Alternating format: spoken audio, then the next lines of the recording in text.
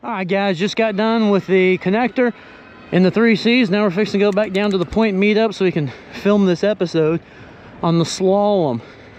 Hand signals. We're official.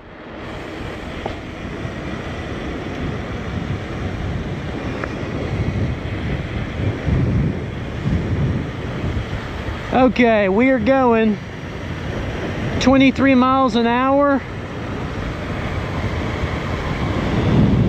22. We'll get some speed right here.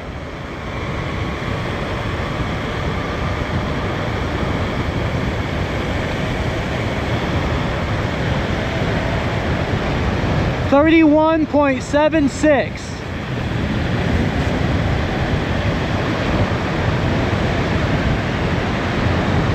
41.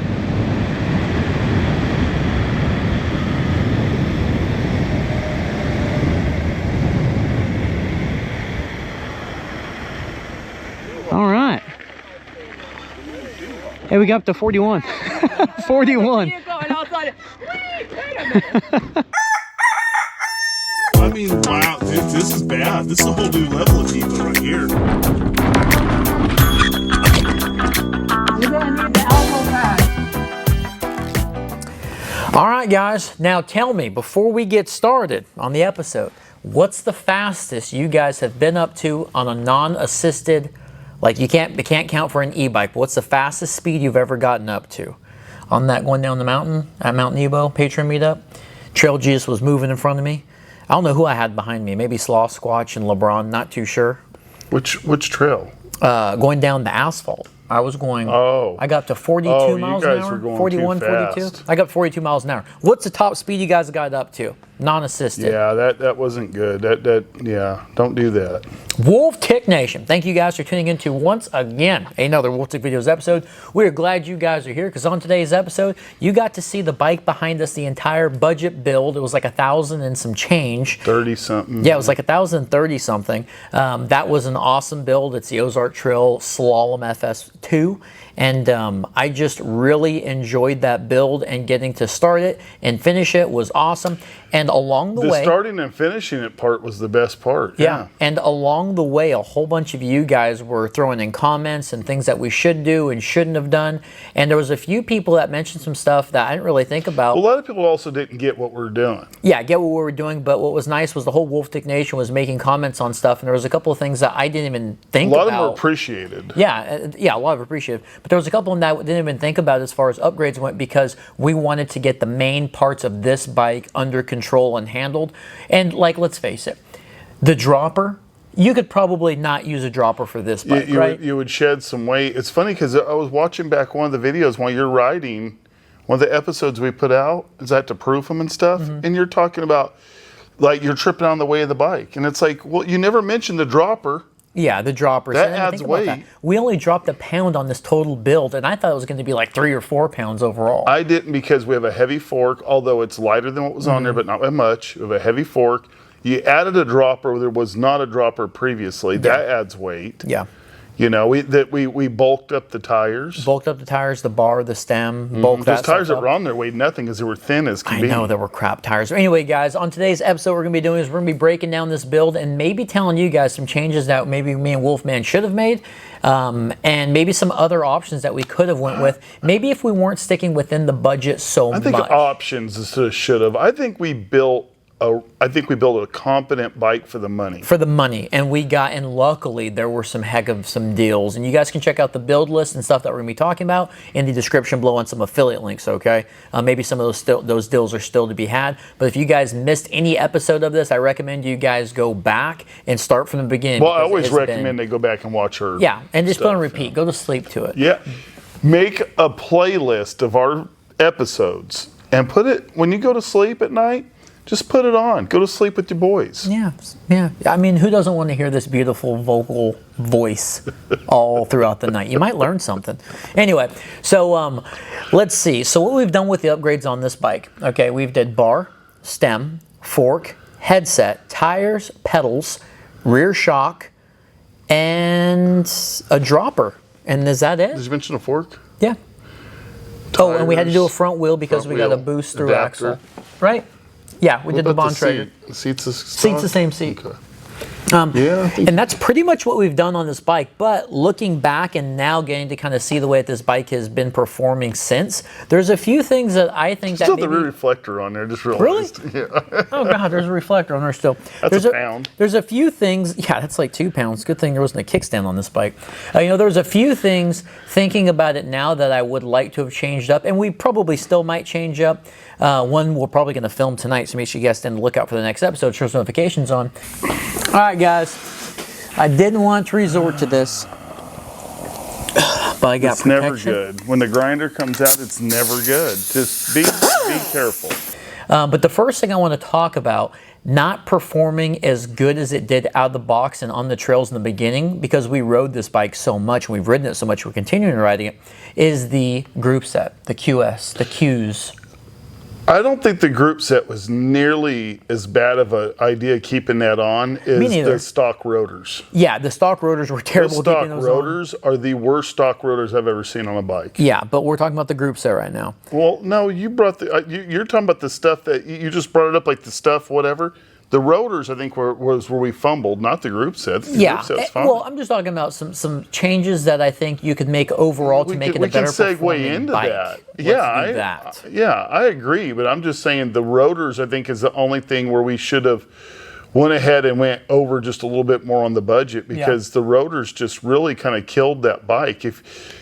If the rotors had been better and the brakes were to work better from out the gate, They wouldn't have been gotten hated on so much. I think that's the only thing that everybody agreed on that bike that rode it, was that the brakes did not perform. And I think are the brakes the greatest brakes? No, but they're better than what they're performing at, because those rotors are that bad. Yeah, those rotors are terrible. Even Trilogius was like, yeah, I think it's just the rotors. You said it was just the rotors. I thought it was the brakes, but we have yet to figure that out. What we might be doing on a future episode too is getting some new pads and some new rotors and rewriting that thing, because those aren't the greatest of brakes, but the price. We paid what?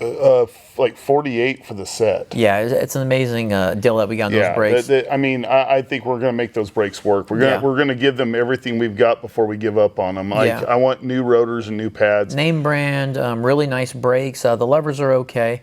And that was one of the easiest installs on brakes that we've done in a long time. That was probably the easiest And that's internal, and it came with everything that you needed. So make sure you guys check out the film links. If they're still around, we'll put them down there. If not, we'll put something comparable. But yeah, the rotors could definitely been better. I think that's one of the big hang-ups on that bike, is we're not getting the full feel for those nice SRAM brakes that we've got up there. But going back to the group set. Well, you're so used to Shimano too. I don't know if you'll ever get used to SRAM brakes. Shimano makes some beautiful brakes. I think when it comes down to it, some MT200s, even though they're only 2-piston versus the 4, I think would be a better, because they're about the same price. They're pretty close. And I think that might be a better brake, talking about things that we could have done different. Yeah, we've just done them to nauseum, right? We've done we've done the crap out of them. I think we've had like 6 sets. And to get a 4-piston for right around $50 was amazing. But I'm not against that purchase. Yeah, name brand. It was really good, but I think the rotors we could have went with. We got to try those before we bash on them any further. Yeah, we could have went with some like $15.99 rotors each for 180. Remember, this is 180 front and rear. No adapters needed, so it would have been really cool to have gotten some Clark's rotors, because I'm a big fan of Clark's rotor stuff. And their brakes are very nice too. A little more on the expensive side, like those race ones that they send us. Those things were insane, but they work really damn good. Well, yeah, they better. Yeah, because for the price however the price was. But anyway, so going back to the group set, I have been looking at some different group sets around. Now we do have the famous. We've got this on Project Gummy Worm, is the Box 3 Prime 9. 9-speed, plenty good enough group set. That thing has got some nasty tension. We've kept it on Gummy Worm now for, since we built it on Patron. And that thing is going for like $136, $139 right now. You can get a cassette, shifter. I think it comes with a chain. You can check out that film link description below. I would like to possibly look at a new group set for that bike, because over time, the longevity. Okay. That's a word. It's gotten out of tune, progressively worse and worse, and I find myself on the trail having to bring that little barrel adjuster out. The cues? Yeah, on the cues. Okay. So it's gotten kind of funky, but the chain stop's not really an issue. But remember, this bike does come with that really nice chainstay protector. So would it be worse with chain slap? I'm not sure, but this is a full suspension. You know, we really don't get a whole bunch of that. So that's not too bad. With the chainstay protector? Yeah, it's only came with the chainstay protector. And old Trilogy just mentioned something really good with that group set. He said, you know what you might need to do is take a link out. Since it's a full suspension, he recommended taking a link out, and maybe that would take away some of the slack, because we were getting some noise a little bit going down Hayes Creek, me and him both. The bike overall handles really well. It actually climbs really well when you have that RockShox fork up there and lockout. I was really surprised with the RockShox rear shock, because it doesn't have the lockout, just the Delux. I thought that it was going to be a huge deal, and everybody, all the guys out there, pretty much everybody was riding full suspension for the most part, you know. A lot of people that rode it and seen it, and they said, you know, we really don't use lockout when we ride. I use the crap out of lockout, because the last thing I want is to be on the 3rd or 4th episode we're filming out in the trails and my freaking legs being shot because I was riding a full suspension that was squishy. But that thing did really well. And you're not a full suspension guy. You're still a hardtail guy, and I think you're going to continue to be a hardtail guy for the foreseeable future. Now, we did get a little bit of hate on that, and the hate has merit. I was there, there's witnesses. I was constantly wanting to check the pressures in the shock, and you give me pushback the entire time. I know we got some hate on that because we bombed this thing out. Well, and it's because, look, when I did the Wolfman dyno, people could see the equalization happening, and that we needed to recheck it. I kept saying, let's check it. You're like, oh, it's fine, it's fine. It wasn't until Big Brother Kevin H went over and started putting air in it and stuff that really it got sort of close to where it should have been. But you did review it and talk about it after it had been aired up more properly. I still think it needed to go up a little bit higher in the air. Yeah, and I bombed it out every time. We're going to do a review on that shock. Oh, yeah. We haven't done when we do a review on the shock, when we're doing an overall bike, we don't isolate and fixate on one thing. That's why we don't usually talk about it in a whole. Yeah, that's why we usually review a fork separately or a shock separately, then put it on a project. But because this was special, it was for the meetup and all that, we didn't do it like that. So everything had to be kind of talked about at once all the time. Now going forward, we're going to be able to start isolating some things. We're maybe making some changes. We're going to definitely be making some changes. Yeah, it's going to be very interesting. But that rear shock, we're going to have to do a review on it first, and then we have something to try also in its place, I believe. We also are going to put the Fox fork on this now. Yep, and we're changing up some different things on it. And it's going to shed some weight with that Fox fork. Excuse me. Go ahead. Thank you. All right. Yeah, so we'll shed some weight there. I wouldn't make a change up on that shock. It was super budget, right? It was $100. It was like $99, and it was sent to us by old Scott. Thank you so much for that.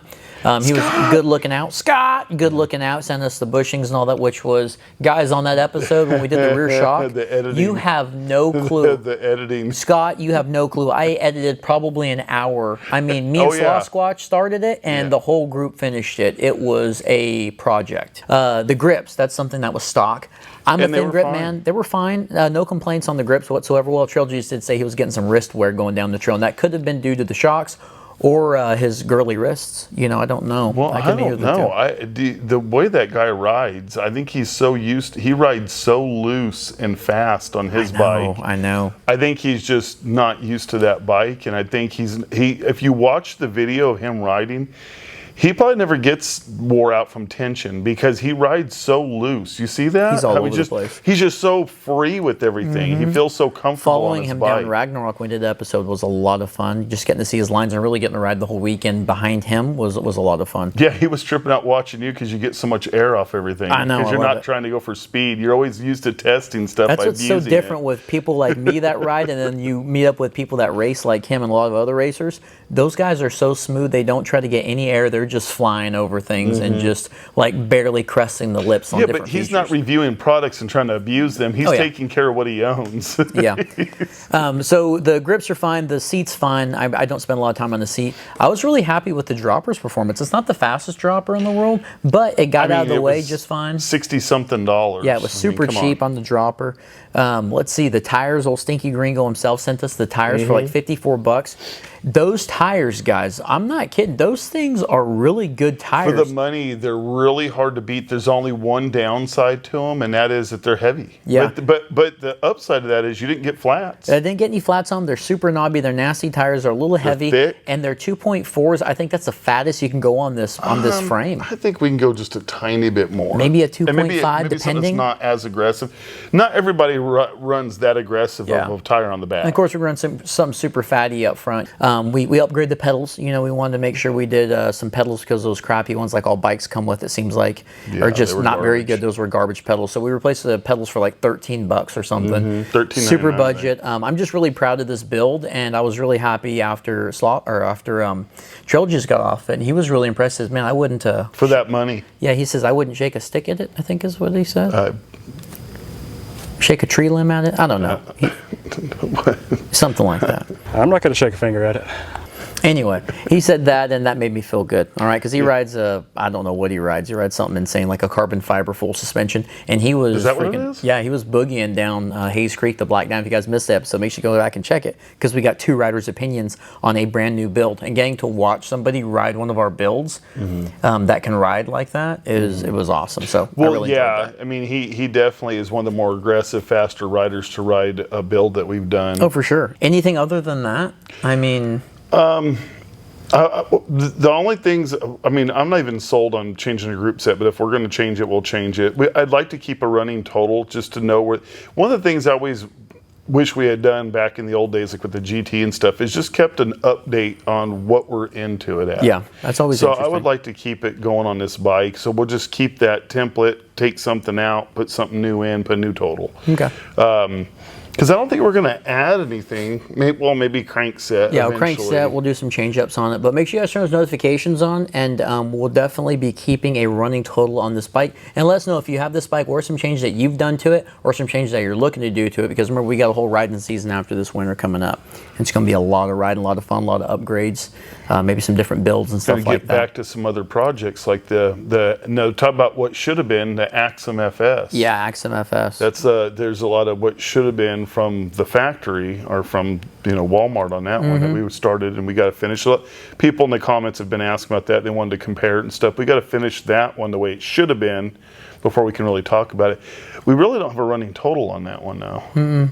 Pretty budget. It's pretty. I mean, We've only done a couple things. Yeah, too, so. we got that bike. We got that bike early, and we got it for less than I think what it goes for now. I think when we got it, it was at $550. I want to say. I think it was right around $550. And I think now I want to say people are saying it's $650 now. I'm not sure. Yeah, I don't know if I pay $650 for that bike. It's not a size. I have to go back and look. It may, it's on our initial impressions what we paid for. Yeah. So. But anyway, guys, well, hopefully you guys enjoyed the episode. Again, turn those notifications on, because we are going to be doing some work on this bike right now. See if it's going to be the group set. See if it's going to be a crank set. See if we're going to be changing out the saddle. I don't know. All right. But thank you guys for watching another Wolf Tick Videos episode, and we will see you on the next one. Yeah.